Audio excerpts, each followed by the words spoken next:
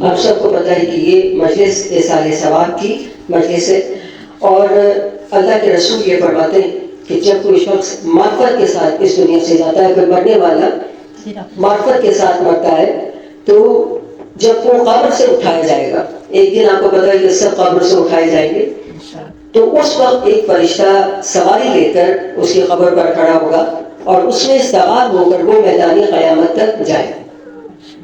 اب دیکھیں، اس کو معمولی بات نہ سمجھیں، کیونکہ قبر سے جب اٹھائے جائیں گے تو سب کو میدان قیامت کی طرف سفر کرنا، اور وہ سفر بہت مشکل سفر۔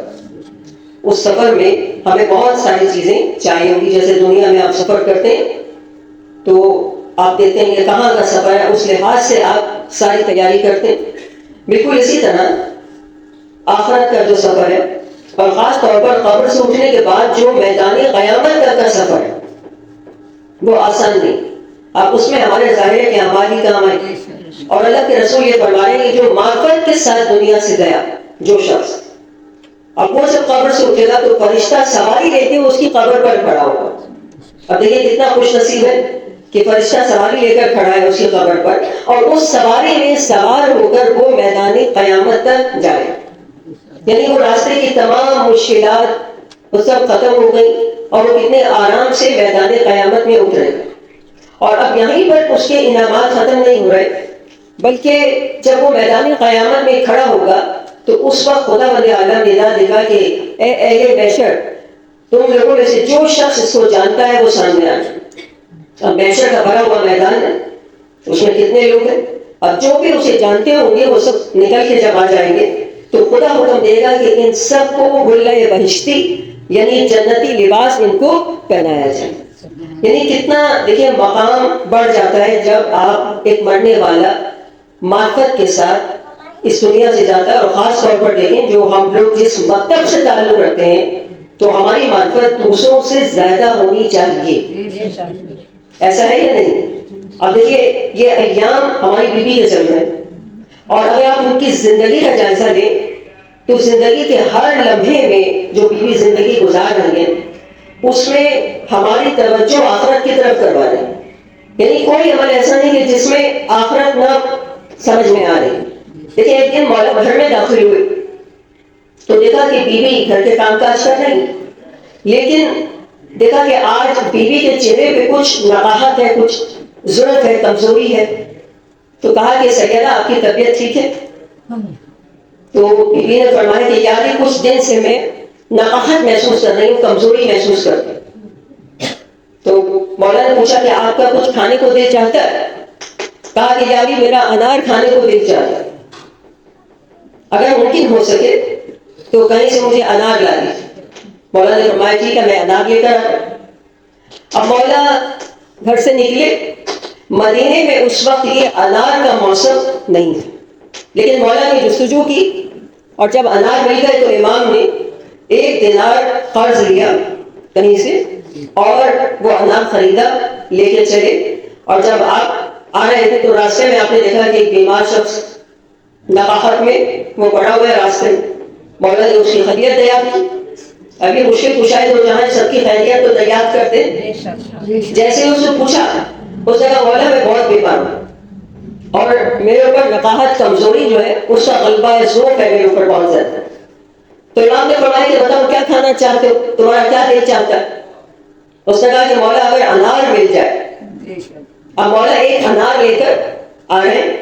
اب مولا نے وہ انار فوراً اس کو دے دیا، اور دل میں سوچا کہ یہ سیادہ سے زیادہ اس وقت تکلیف میں ہے، اس کے اوپر ذوق کمزوری سیادہ سے زیادہ ہے۔ وہ انار اسے دے دیا۔ گھر آئے، اور جب گھر آئے تو دیکھا بیوی نے جب دروازہ کھولا دیکھا خالی ہاتھ ہے۔ وہ شکوہ نہیں کیا، کہا کہ یار یہ انار نہیں ملے۔ کہا کہ سیدہ ملا تھا، لیکن میں لے کر آ رہا تھا، راستے میں ایک مریض تھا، میں نے دیکھا کہ اس پر بھی ذوق ہے اور کمزوری کا غلبہ ہے، اس کو میں نے وہ انار دے دیا۔ تو بیوی نے فرمایا کہ یاری آپ نے حق ولایت ادا کی، آپ نے حق ولایت ادا کی۔ ابھی دونوں باتیں ہی کر رہے تھے کہ دروازے پر دستک ہوئی، اور جب مولا نے جا کے دروازہ کھولا تو دیکھا کہ ایک شخص کھڑا ہے، ٹوکری انار کی ہاتھوں میں لے کر، اس میں 9 انار ہیں، اور وہ مولا کو دیکھ کر غائب ہو گیا. اب مولا نے وہ ٹوکری لی, رسول خدا کے پاس آئے اور واقعہ بتایا. آپ نے فرمایا کہ یا علی, وہ جو ایک انار آپ نے راہ خدا میں خیرات کیا تھا, یہ اس کا انعام خدا نے آپ کو دیا. ضرور پڑھ لیجیے ایک مرتبہ. آپ تھوڑا سا یہ مائک میں نا. اب دیکھیے اس واقعے سے ہمیں یہ درس ملتا ہے کہ بیوی کے دل میں اگر کوئی خواہش پیدا ہوئی تو خدا اس کو پورا کرنا اپنا فرض سمجھتا ہے. کیونکہ اس لیے کہا گیا نا, دیکھیں کہ بیوی کی رضا خدا کی رضا, اس لیے کہا گیا نا. اور اب ہم یہاں پہ دیکھیں, ہمیں یہ چیز متوجہ کرتی کہ بیوی کی رضا خدا کی رضا, یعنی ہم بیوی کے ذریعے بڑے آرام سے خدا تک پہنچ سکتے ہیں. تو ہم کیوں نہ کوئی ایسی چھوٹی چھوٹی نیکیاں جب آپ کرتے ہیں, ایک دن میں آپ بعض اوقات کئی دفعہ نیکی کر رہے ہوتے ہیں, جیسے کسی کو پانی پلا دیا, کسی کی کو حاجت پوری کر دی, کوئی دروازے پر آیا آپ نے اس کی ضرورت کو پورا کر دیا. بعض اوقات بالکل چھوٹی چھوٹی چیزیں ہوتی ہیں, راستے میں آپ جا رہے ہیں, آپ نے کوئی چیز اٹھا کے, رکاوٹ بنی ہوئی تھی, اٹھا کے آپ نے ادھر سے ادھر رکھ دی. اب یہ کہنے کو تو چھوٹی نیکی ہیں, لیکن آپ اس کے ذریعے سے ہم خدا کی رضا تک پہنچ سکتے ہیں. چھوٹی چھوٹی نیکیوں کو جناب فاطمہ کے نام کر دیجیے کہ پروردگارا, یہ کام جو میں کر رہی ہوں, کسی کو پانی پلانے جا رہے ہیں, کسی نے پانی مانگا اور آپ کہیں کہ پروردگارا, یہ میں جو کام کر رہی ہوں, میں اٹھی, میں نے زحمت کی, میں پانی لینے کے لیے گئی, تو یہ میں نام کر رہی ہوں کس کے؟ جناب فاطمہ زہرا. اللہم صلی علی محمد و آل محمد. اس سے کیا ہوتا ہے کہ اجر عظیم کا باعث بنتی ہیں یہ چیزیں. بعض اوقات چھوٹی سی نیکی ہوتی ہے لیکن وہ اجر عظیم کا باعث بن جاتی ہے, خدا اس کا عظیم اجر عطا فرماتا ہے. پھر آپ دیکھیے, انار کہنے کو تو ایک پھل ہے, لیکن یہ محبت اور ولایت کا مظہر ہے. اب جناب فاطمہ زہرا کی زندگی میں اگر آپ دیکھیں, مختلف پہلو اگر آپ دیکھیں بیوی کی زندگی کے, تو ہر پہلو سے کوئی نہ کوئی فضیلت نمایاں ہوتی ہے.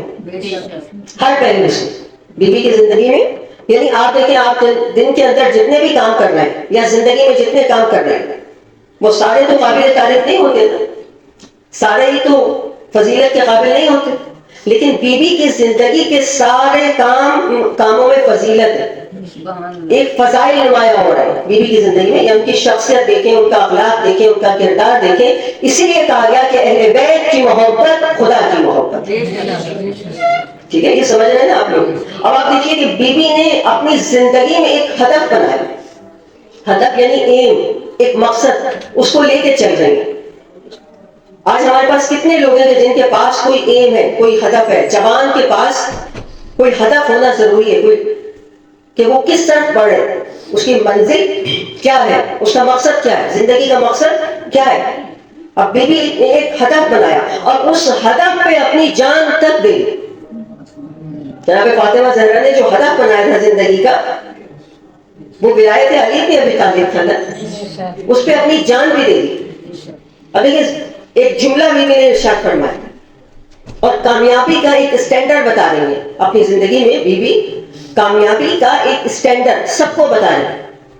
یہ جو بچیاں, یہ غور سے سنیں اس چیز کو کہ بیوی کامیابی کس کو قرار دے رہی ہے. اس میں دنیا کی کامیابی بھی ہے اور آخرت کی بھی کامیابی, کیونکہ ہم دنیا بھی چاہتے ہیں اور آخرت بھی چاہتے ہیں. ہم وہ لوگ ہیں کہ صرف دنیا ہی کر کے فائدہ نہیں ہونا چاہ رہے, بلکہ ہمیں آخرت میں بھی بہت کچھ چاہیے. دنیا سے زیادہ ہمیں آخرت میں چاہیے, کیونکہ دنیا سے زیادہ آخرت مشکل ہے. یہاں آپ کسی مسئلے میں پڑھتے تو کچھ کرا کے نکل جاتے ہیں, لیکن وہاں اگر کسی مسئلے میں پڑھے تو جب تک یہاں والا کچھ نہیں بھیجے گا وہاں پھنسے رہیں گے. ایسا ہی ہے نا. اور دیکھیے, بیوی نے ایک اسٹینڈرڈ بتایا کامیابی کا, کہ کامیابی کا معیار کیا ہے. اور دیکھیں, ایک فطری چیز ہے ہم سب کے اندر کہ ہم سب کامیابی کے پیچھے ہیں.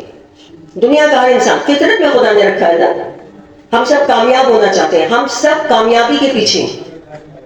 اور یہ اور بات ہے کہ کوئی کسی چیز کو کامیابی سمجھتا ہے, کوئی کسی چیز کو کامیابی سمجھتا ہے, کوئی دولت کو کامیابی سمجھتا ہے, کوئی حکمرانی کو کامیابی سمجھتا ہے, کوئی سمجھتا ہے کہ وہ خدا کی بہتر بندگی کر لے, اس کو میں کامیابی سمجھتا ہے کہ میں خدا کا بہتر بندہ بن جاؤں، وہ تو کامیابی سمجھتا ہے. ٹھیک ہے، لیکن بیوی نے ایک جملہ ارشاد فرمایا اور 3 مرتبہ زور دے کر فرمایا کہ کامیاب ہے، کامیاب ہے، کامیاب ہے وہ شخص. کون کامیاب ہے؟ اب دیکھیے، اہل بیت اگر کوئی بات کہتے ہیں نا تو اپنی جانب سے نہیں کہتے، وہ کہتے ہیں کہ جو خدا چاہتا ہے. اہل بیت اگر کچھ کہتے ہیں وہ خدا کی مرضی کے بغیر بات نہیں کرتے. اور کسی عالم دین نے ایک اچھا جملہ کہا ہے کہ اگر خدا کی رضاؤں کو، اس کی مرضیوں کو مجسم کر دیا جائے تو وہ اہل بیت کی صورت بنتی ہے. صلی اللہ محمد وآل محمد. یہ درود پڑھنے کا موقع دنیا میں مل رہا ہے، بڑھنے کے بعد نہیں ملے گا. بڑھنے کے بعد یہی پڑھا ہوا درود کام ہے. یہیں پہ منہ کھولیں، اس سے پہلے کہ منہ بند ہو جائے. وہ پھر بند منہ آپ کا کوئی کھلوا نہیں سکتا. ایسا ہی ہے نا؟ ٹھیک ہے، تو یہاں جو موقع مل رہا ہے نیکی کرنے کا نا، اس کو فٹافٹ اویل کیا کر. پتہ نہیں اگلی سانس آئے یا نہ آئے. یہاں میں اس وقت کتنے بڑے مقام پہ موجود ہوں. فرش اعضاء پہ کتنی بڑی جگہ ہے. لیکن یہ فرش اعضاء ایصال ثواب کے لیے بچا. آج کسی کے لیے بچا، کل ہمارے لیے بچے. ٹھیک ہے، یہ تو باری باری سب کے لیے بچتا ہے. اور جب کوئی اس پہ آ کر بیٹھتا ہے تو وہ یاد رکھا کرے کہ بھائی ایک دن میرے لیے بچنا ہے، مجھے اچھے طریقے یہاں پرفارم میں اچھا کر دوں، تاکہ جو بننے والا ہے جس کے لیے میں یہ بھیج رہی ہوں اس کے لیے وہاں کوئی کھڑکی کھل جائے، اس کے لیے وہاں کوئی دروازہ کھل جائے، کوئی اس کو چیز مل جائے، کوئی اس کو سواری مل جائے، کوئی اس کو تحفہ مل جائے. بڑی ضرورت ہے وہاں پر. ہم لوگ جو کچھ بھیجتے ہیں کسی بھی صورت میں مل سکتا ہے، جو اس کی ضرورت ہوگی وہ اس کو مل جائے گا. تو اب یہاں بیوی کیا فرما رہی ہے کہ کامیاب ہے، کامیاب ہے، کامیاب ہے وہ شخص کہ جس نے علی سے محبت کی ان کی زندگی میں، ان کے جانے کے بعد اور قیامت تک جس نے علی سے محبت کی. یعنی بیوی کامیابی کا جو معیار بتا رہے ہیں وہ کیا ہے؟ وہ اسٹینڈرڈ محبت علی ابن ابی طالب ہے. ضرور پڑھ لیجیے گا.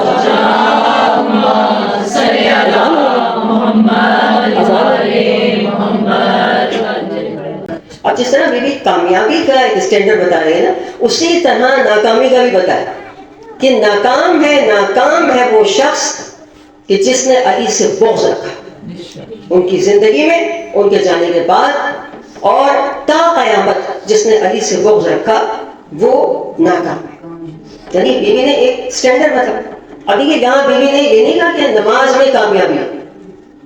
اب اس کا مطلب یہ نہیں کہ نماز چھوڑ دو، بلکہ علی کا ماننے والا تو زیادہ زور و شور سے نماز پڑھتا ہے، زیادہ سلیقے سے نماز اس کو پڑھنی چاہیے. جو علی کا ماننے والا ہے اس کو نماز کا پابند ہونا چاہیے. بیوی نے یہ نہیں کہا کہ روزے میں کامیابی ہے، کسی عبادت میں کامیابی نہیں بتایا. کیوں؟ اور خود رسول خدا کی حدیث موجود ہے کہ اے علی، اگر کوئی اتنی عبادت کرے کہ وہ سو کر کانٹا ہو جائے، اتنے روزے رکھے کہ سو کر کانٹا ہو جائے، اتنی نمازیں پڑھے کہ کمر خمیدہ ہو جائے، صفا اور مروہ کے درمیان چکر کاٹتا ہوا مارا جائے، احد کے پہاڑ کے برابر سونا راہ خدا میں خیرات کرے، لیکن اے علی اگر تیری محبت دل میں نہیں رکھتا تو منہ کے بل جہنم میں ڈال دیا جائے. یہ حدیث رسول بھی موجود ہے. اور ادھر بی بی کامیابی کا معیار محبت علی کو قرار دے دیں. اور اس کی وجہ کیا ہے کہ جتنی بھی عبادتیں آپ انجام دیتے ہیں ان سب کا مرکز اور محور علی کی ذات کرام ہے. ٹھیک ہے، نماز کو 4 چاند لگ جائیں گے اگر وہ ولایت علی کے سائے میں ادا کی جا رہی ہوگی. ٹھیک ہے، روزہ بن جائے گا اگر وہ ولایت علی کے سائے میں رکھا جا رہا ہوگا. تو دیکھیں کتنی بڑی بات ہے اور ہم کتنی بڑے مکتب سے تعلق رکھتے ہیں. یہ ہمیں اندازہ نہیں اس چیز کا کہ ہم کتنے بڑے مکتب سے تعلق رکھتے ہیں. اب آپ دیکھیے کہ بیوی کی زندگی میں، رسول خدا کی، اہل بیت کی زندگی میں ہر لمحہ جو ہے وہ آخرت کی طرف ہمیں متوجہ کیا جا رہا ہے. ایک دن رسول خدا گھر میں داخل ہوئے، دیکھا کہ بیوی پریشان بیٹھی. کہا کہ بیٹی کیا بات ہے؟ کہا کہ بابا میں آخرت کا سوچ کر پریشان ہوں. آخرت کے بارے میں، میدان قیامت کے بارے میں. اب آئیے ہم سب مل کے کہیں کہ بیوی آپ کو کیا پریشان ہے؟ آپ کی تو سواری جب آئے گی تو لوگوں کی نگاہیں جھک جائیں، لوگوں کو اپنی نگاہیں جھکانی پڑیں گی. اس دن کہتے ہیں کہ جناب فاطمہ کی سواری کی شان نرالی ہوگی. روزہ قیامت جب بیوی کی سواری آئے، بیوی آپ کو کیا پریشان ہے؟ لیکن بیوی ہمارے لیے پریشان ہے، اپنے لیے نہیں. کہا بیٹی کیا پریشانی ہے؟ کہا کہ بابا اس دن سب کچھ اڑیا ہوگا، اس دن سب کچھ اڑیا ہوگا. یعنی بیوی ہمارے لیے پریشان ہے، سب کچھ ظاہر ہوگا، اڑیا ہوگا. اب بیوی ابھی پریشان تھی کہ جبرائیل آئے، رسول خدا کو سلام کیا اور کہا کہ خدا فاطمہ کی خدمت میں سلام عرض کرتا اور کہتا ہے کہ بیوی آپ پریشان نہ ہو، آپ کے ماننے والے نور کے دائرے میں سفر کریں گے. آپ کے ماننے والے اڑیا نہیں رہیں گے، نور کے دائرے میں سفر کریں گے. کیونکہ اس دن سب کچھ ظاہر ہوگا، سب کچھ. یہ آپ کے ہاتھ اس دن گواہی دے دیں گے. اس دن زبان نہیں بولیں گے، ہاتھ بولیں گے، یہ نگاہیں بولیں گے، یہ قدم بولیں گے. ٹھیک ہے، ابھی یہاں میں آپ کے سامنے کتنی اچھی ہوں، ظاہر کتنا اچھا ہے، لیکن آپ کو کیا پتا میں تنہائی میں کیسے ہوں، یا مجھے کیا پتا کہ آپ کے لوگ تنہائی میں کیسے ہیں، یہ تو خدا جانتا ہے. لیکن اس دن سب کچھ ظاہر ہو جائے گا. اسی لیے ہمارے چوتھے معصوم امام زین العابدین فرماتے ہیں،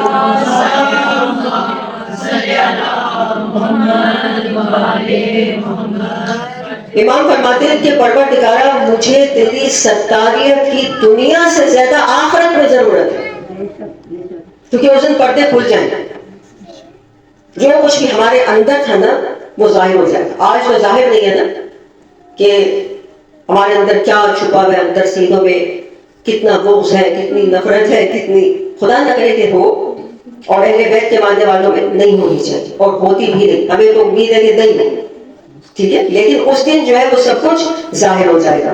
اب دیکھیں، اسی لیے خدا کی طرف متوجہ ہونا ضروری ہے. ہم سب خدا کو یاد کرتے ہیں، ٹھیک ہے، ہم کسی کو نہیں کہہ سکتے کہ بھائی تمہیں خدا یاد نہیں آتا. جس کو خدا یاد ہے وہی تو نماز پڑھ رہا ہے نا. ٹھیک ہے، اس کو خدا یاد ہے، وہ نماز پہ پڑھا ہوگا. لیکن یاد ہونے میں اور متوجہ ہونے میں فرق ہے. اسی طرح ایک دن بی بی جب رسول خدا کے ساتھ بیٹھی تھی تو جبرائیل آئے، سلام و درود کے بعد کہا کہ خدا یہ کہتا ہے کہ فاطمہ اپنی کوئی خواہش بیان کرے، خدا پورا کرے. اب دیکھیے بیوی نے کیا خواہش ظاہر کی. بیوی نے کہا کہ میں چاہتی ہوں کہ میں متوجہ تو ہوں خدا کی جانب، لیکن میں چاہتی ہوں کہ میں اور متوجہ ہوں. خواہش کیا کی کہ میں اور متوجہ ہوں. اب دیکھیے ہم لوگوں کا کیا حال ہے، ہم کتنے متوجہ ہیں خدا کی جانب. خواہشات کے تو ہمارے پاس ایک پینڈورا باکس ہے کھلا ہوا پورا، لیکن ہم متوجہ کتنے ہیں خدا کی جانب. کتنی توجہ، کتنی میں نے مناجات کی خدا سے، کتنی راتوں میں سرگوشیاں کر رہی ہوں خدا سے. کیا کبھی میں نے بات کی تنہائی میں خدا سے، کبھی بات کرنے کی کوشش کی کہ پروردگارا میں تیرے حضور ہوں، اپنی کوئی بات، دل کی بات، جو بھی بات ہے وہ کیا کبھی میں نے کرنے کی کوشش کی؟ تو لیکن یہ دنیا جو ہے نا وہ فانی ہے، وقت گزار چلا جاتا ہے، ہمارے اطراف میں سب باری باری جا رہے ہیں، آہستہ آہستہ ہم بھی چلے جائیں، سب جا رہے ہیں باری باری. ٹھیک ہے، اب یہاں دیکھیں، مجھے یقین ہے کہ موت برحق ہے. اس بات کا مجھے یقین ہے کہ موت برحق ہے، پکا یقین ہے کہ موت برحق ہے. لیکن میں نے بھی مرنا ہے، اس کا مجھے یقین نہیں ہے. کیونکہ اب جو لائف اسٹائل ہے نا ہمارا، جو ہم جس طریقے سے زندگی گزار رہے ہیں، وہ طریقہ بتا رہا ہے کہ مجھے یقین ہی نہیں کہ میں نے مرنا ہے. مولا فرماتے ہیں امیر المومنین کہ مجھے تعجب ہے اس شخص پر کہ جو ساری زندگی پیسہ کمانے میں لگا دے اور جو آخری عمر کا حصہ ہوتا ہے وہی پیسہ اپنی آپ کو بچانے میں لگا دیتا ہے. لیکن ایسا ہی ہو رہا ہے نا، اس جوانی میں لگے ہوئے خوب پیسہ کمائے اور آخر میں جب بیمار پڑتے ہیں تو وہی پیسہ پھر آپ کی صحت کو بچانے کے لیے خرچ ہو رہا ہوتا.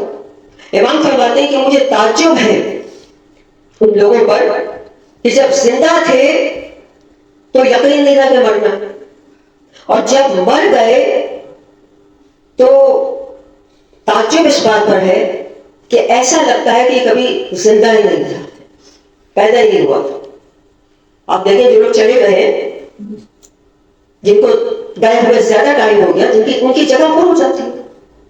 جو چلا جاتا ہے اس کی جگہ کیسے ہماری زندگیوں میں ایک دم سے خلا پیدا ہوتا ہے، لیکن وہ آہستہ آہستہ پور ہوتی چلی جاتی ہے۔ کچھ عرصے کے بعد لگتا ہے جیسے آیا ہی نہیں تھا دنیا میں، زندگیوں میں تھا ہی نہیں۔ یعنی کتنا انسان دیکھیں جلدی بھولتا ہے۔ تو یہاں آیت اللہ قاضی طباطبائی کے جو استاد ہیں آیت اللہ بہجت کے بھی اور آیت اللہ طباطبائی کے، وہ یہ کہتے ہیں کہ خدا کی طرف متوجہ ہونے کا طریقہ یہ ہے کہ آپ موت کو یاد رکھیں۔ موت کی یاد انسان کو سیدھا رکھتی۔ ایک شخص آیا ہمارے چھٹے امام جعفر صادق کے پاس، درود پڑھی تھی، صلی اللہ محمد وآلِ محمد۔ ایک شخص آیا امام کے پاس، اس نے آگے کہا مولا میں بہت پریشان، یہ پریشانی وہ پریشانی، ساری پریشانیاں اپنی بتا رہا۔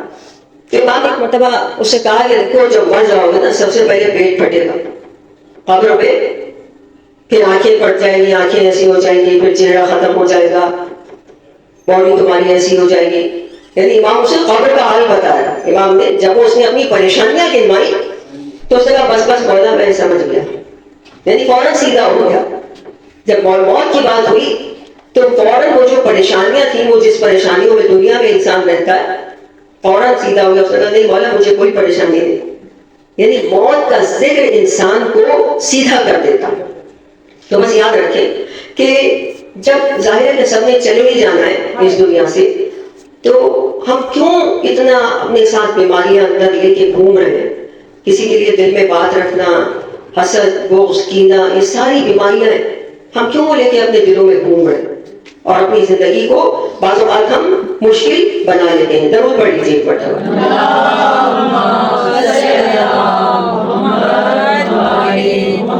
ہمارا مطلب دیکھیں کتنی آسانیاں دیتا ہے۔ شب جمعہ رات آپ نے گزاری، اور اس شب جمعہ میں اگر دیکھیں زیارت حسین مستحبات میں سے کہ آپ امام حسین کے روضے میں پہنچو، لیکن ہمیں کتنی آسانی خدا دے رہا ہے کہ اپنی چھت پہ کھڑو کے 3 مرتبہ سلام کرو امام حسین کو تو تمہاری زیارت ہو جائے۔ دیکھیں کیسے چھوٹے چھوٹے کاموں سے امام تک انسان پہنچ سکتا اور امام کو راضی کر سکتا۔ آج میں کسی کتاب میں پڑھی تھی، اس میں لکھا ہوا تھا کہ امام کی زیارت زیادہ مہم نہیں ہے، مطلب زیادہ ضروری نہیں کہ امام کی زیارت ہو، امام کا راضی ہونا زیادہ ضروری ہے۔ آپ سے امام کا راضی ہونا زیادہ ضروری ہے۔ ایک عالم دین انہوں نے خواب میں دیکھا کہ ایک جوان ہے، خواب میں دیکھ رہے ہیں کہ جوان ہے روضہ حسین میں کھڑا ہوا اور سلام کر رہا ہے، جیسے سلام کرتے ہیں لوگ، روزے کی طرف منہ کر کے سلام کیا تو امام کھڑے، امام نے اسے جواب دی۔ خواب دیکھ رہے ہیں عالم دین، اور وہ جوان جو ہے وہ مسکرا رہا ہے، روزے کی طرف دیکھ کے مسکرا رہا ہے، امام نے اسے جواب سلام دیا، اس نے جب سلام کیا، اب جب اگلے دن آئے روزے میں آئے، شب جمعہ تھی، دیکھا کہ وہی جوان کھڑا ہوا ہے، اسی طرح وہی منظر ہے، اس نے زری کی طرف دیکھا اور مسکرایا، انہوں نے زری کی طرف دیکھا، وہاں کچھ بھی نہیں تھا، لیکن وہ خواب میں دیکھ چکے تھے کہ وہاں حسین ہے جو اس کے سلام کا جواب دے رہے ہیں، اور جواب میں وہ مسکرا رہے۔ فوراً جا کے اس جوان کو پکڑا، کہا اس طرح میں نے تمہارے لیے خواب دیکھا، یہ بتاؤ کہ تم زری کی طرف دیکھ کے کیوں مسکرایا؟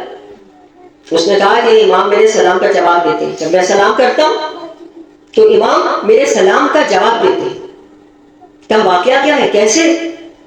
تو اس نے کہا کہ ہم لوگ دور سے آتے ہیں زیارت کے لیے یہاں شب جمعہ، میں ہر شب جمعہ آتا ہوں اور میرے والدین بوڑھے ہیں، ایک دن میں ایک شب جمعہ اپنی ماں کو لاتا تھا، ایک دن اپنے باپ کو لاتا تھا، کیونکہ دونوں معذور ہیں، دونوں کو لانا مشکل کا۔ ایک دن شب جمعہ تھی، ماں نے کہا کہ آج میرا بھی دل چاہتا ہے، باری باپ کی تھی آنے کی، لیکن ماں نے کہا کہ آج میرا بھی دل چاہتا ہے، تو کہا میں نے ایک سواری لی، باپ کو اس پہ بٹھایا، ایک کو سواری پہ بٹھایا، ایک کو اپنے کندھوں میں بٹھایا۔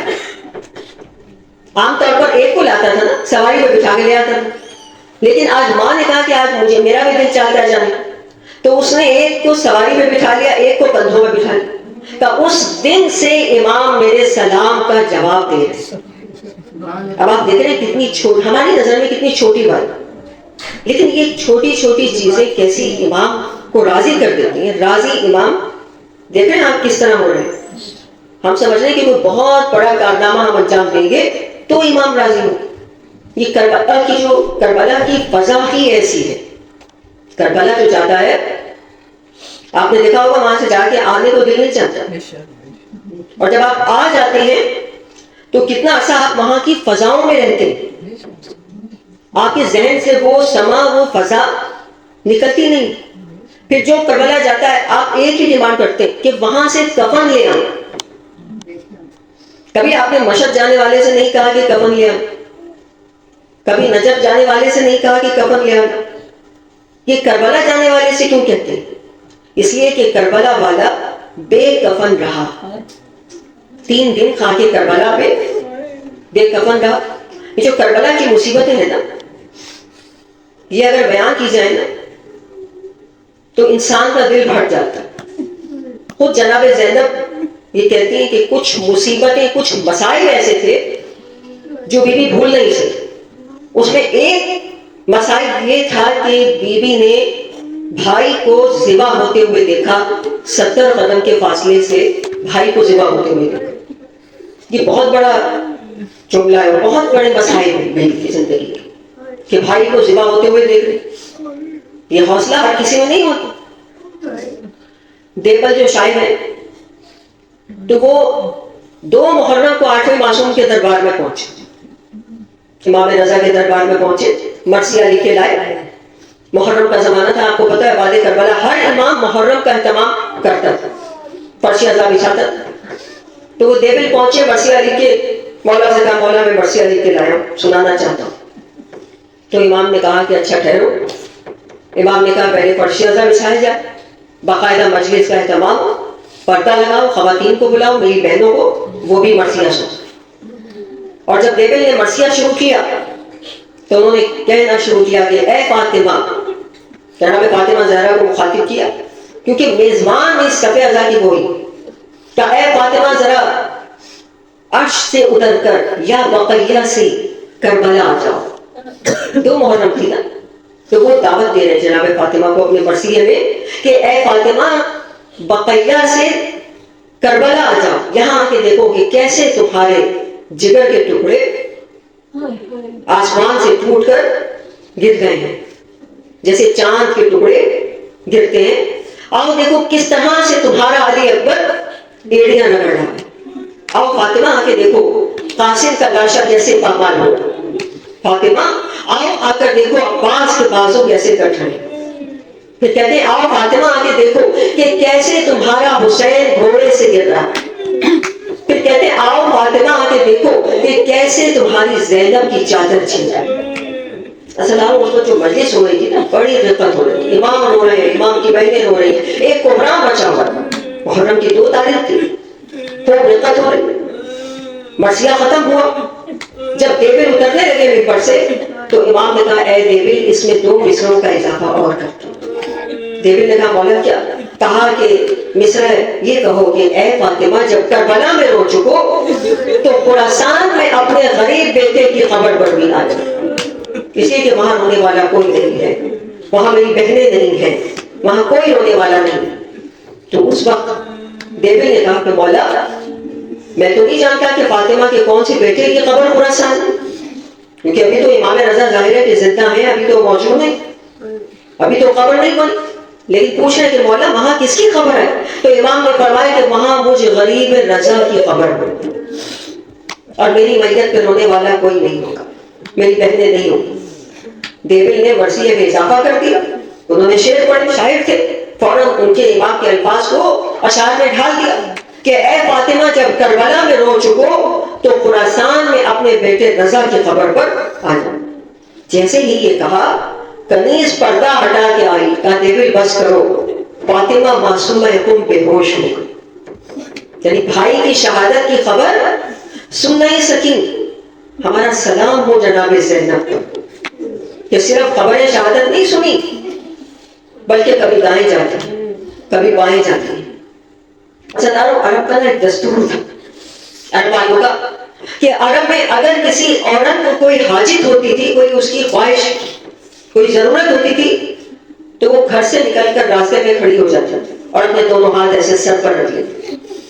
جناب زینب نے جب حسین ذبح ہو رہے تھے 3 مرتبہ راستے پہ کھڑے ہو کے اپنے ہاتھ ایسے سر میں رکھے، لیکن کسی نے آ کے، سب عرب تھے، کسی عرب نے آ کے نہ پوچھا علی کی بیٹی تمہاری کیا ضرورت ہے، تم نے کیوں اپنے ہاتھ سر پہ رکھے، کسی نے نہیں پوچھا. جناب زینب دکھایا دیتی نہیں، اے عمر سعد میرا باجایا ذبح ہو رہا تو دیکھ رہا. ستاروں جب آئی نا جناب زینب بھائی کے لاشے پہ تو پہچان ہی نہیں سکی. سنتے ہیں نا آپ علماء سے کہ بھائی کے لاشے پہ جب آئی تو پہچان نہیں پائی. کیوں؟ اس لیے کہ پسلیاں باہر آ گئی. جب پہنچی نا بھائی کے لاشے پہ بار بار کہہ رہی انتا اخی انتا اخی، کیا تو ہی میرا بھائی ہے، کیا تو ہی میرا بھائی ہے. اور پھر جب سمجھ میں کچھ نہ آیا تو ایک مرتبہ مدینے کا رخ کیا، کہا السلام علیکم یا رسول اللہ، یا رسول اللہ کیا یہ آپ کا پیارا نواسہ حسین ہے. جب یقین نہیں آیا تو اب رسول خدا کو مخاطب کر کے کہہ رہے ہیں کہ یا رسول خدا کیا یہی حسین ہے جسے آپ اپنے کاندھوں پہ سوار کرتے تھے، جس کے ہونٹوں کو چومتے تھے، کیا یہی حسین ہے. اور پھر اس کے بعد بیوی نے لاش کے گرد ایسے چکر کاٹنے شروع. امام زین العابدین کہ کہتے ہیں پھوپھی اماں کیا ہو گیا، پھوپھی اماں آپ عالمہ غیر معلمہ ہے، حوصلہ کیجیے، آپ کو یہ منظر پہلے بتایا گیا تھا، آپ کیوں ایسے کر رہی ہیں پھوپھی اماں. کہا بیٹے میں اپنی ماں کی وصیت پورا کرنا چاہتا ہوں. کہا میری ماں نے کہا تھا جب حسین ذبح ہو جائے اس کے گلے کا بوسہ میری طرف سے لینا. یہ تو ماں کی وصیت تھی. بیوی چکر کاٹ رہی، کہاں سجاد کوئی جگہ نظر نہیں آتی جہاں سے بوسہ لے سکے.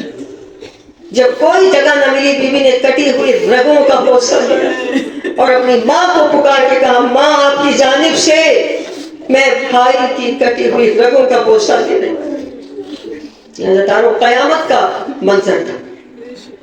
اور جب بیوی پھر وہاں لاشے پہ جب کھڑی ہوئی نا، کبھی لاشے کو دیکھ رہی ہیں، کبھی آسمان کی طرف دیکھ رہی ہیں، کبھی فضا کو دیکھ رہی ہیں، کبھی تپتے سورج کو دیکھ رہی ہیں، کبھی دھوپ میں پڑے ہوئے حسین کے لاشے کو دیکھ رہی ہیں. آنکھیں حیران ہیں. اس وقت سید سجاد نے کہا پھوپھی اماں کیا بات ہے، اب کیوں ایسے بابا کو دیکھ رہی. کہا سجاد ایک دن مدینے میں قرآن پڑھتے پڑھتے سو گئی اور جب میری آنکھ کھلی تو دیکھا کہ سب جگہ دھوپ ہے مگر میرے اوپر دھوپ نہیں ہے. میں نے دیکھا میرا بھائی اپنی ابا کی سایہ کیے ہوئے مجھ پر کھڑا. اس دن میں نے کہا تھا بھیا کسی دن آپ کا ادھار اتار. آج اپنے بھائی سے معافی مانگ رہی ہوں بھیا، آج دن تھا کہ آپ کا ادھار اتارتی. آپ کا لاشا تپتی ہوئی زمین پر دھوپ میں پڑا ہے مگر زینب کیا کرے کہ اس کے پاس چادر نہیں کہ آپ کے لاشے پر سایہ کر سکے. انا للہ و انا الیہ راجعون. آنے والے ہماری اس قلیل سی عبادت کو قبول فرما. ہاتھ بلند کر کے سب مل کے آمین کہیں. پروردگارہ ان آوازوں پہ رحمت نازل فرما، ان آنکھوں پہ رحمت نازل فرما جن کے آنسو رومال سیدہ کی زندہ بندے جائے. پروردگارہ جس مرحوم کے لیے ہم نے مجلس کی ہے پروردگار ان کی آسانیاں پیدا فرما، ان کی قبر کو نور پنجتن سے روشن فرما، ان کے جسم کو اشرار الارض سے محفوظ فرما، ان کی آگے کی منزلوں کو آسان فرما، ان کے گھر والوں کو صبر عطا فرما. جب تک ہم دنیا میں رہے دامن سیدہ ہمارے ہاتھ میں ہے. پروردگار ہمیں کوئی غم نہ ہو سوائے غم حسین کے. غم حسین کبھی ہمارے دلوں سے کم نہ ہو.